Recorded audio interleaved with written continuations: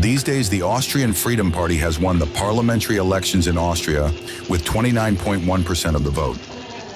This is a national conservative, right-wing populist, Eurosceptic, and, according to many analysts, far-right political force. Its leader, Herbert Kickl, who has been at the helm of the party since 2021, opposes military aid to Ukraine and criticizes sanctions against Russia. The Freedom Party was founded by former Nazis, and Kickl has frequently employed terms reminiscent of the party's troubled past, including calling himself the future Volkskanzler, the People's Chancellor, as Hitler was termed in the 1930s. Remigration. He has also espoused the far-right concept of remigration that calls for expelling people of non-European ethnic backgrounds deemed to have failed to integrate. Similar trends are observed in France.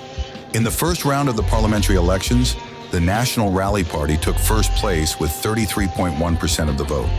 The leader of this French right-wing radical, nationalist and Eurosceptic party is Marine Le Pen, who has long maintained friendly relations with Vladimir Putin. Political analysts consider this party to be far-right. According to The Economist, in 15 of the 27 EU countries, far-right parties have the support of more than 20% of voters. These countries include all major EU states, with the exception of Spain. In the United States, the right-wing radical forces led by Donald Trump also have significant influence.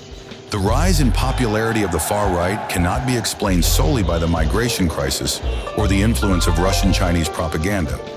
This process has been going on for over 25 years and has deep roots. How does the far right win in Europe?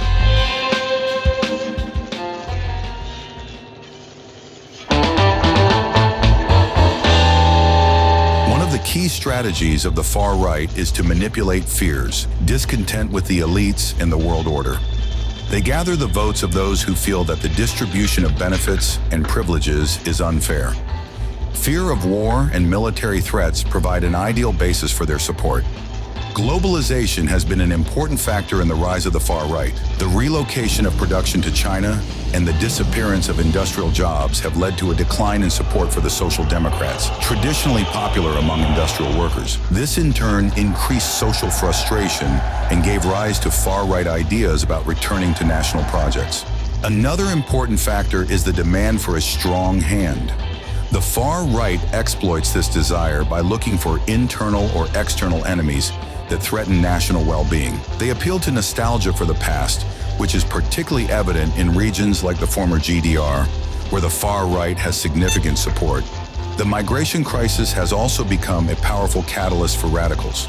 The flow of refugees from the Middle East and Africa, weak integration policies of European governments, and growing discontent have created an ideal field for right-wing populists. They find enemies quickly: migrants, women, LGBT people, or academics. The role of the information revolution in the success of the far right is also significant. The internet and new media have created conditions for the spread of conspiracy theories and fear-mongering. This gives the far right an advantage over moderate politicians, allowing them to challenge them in elections.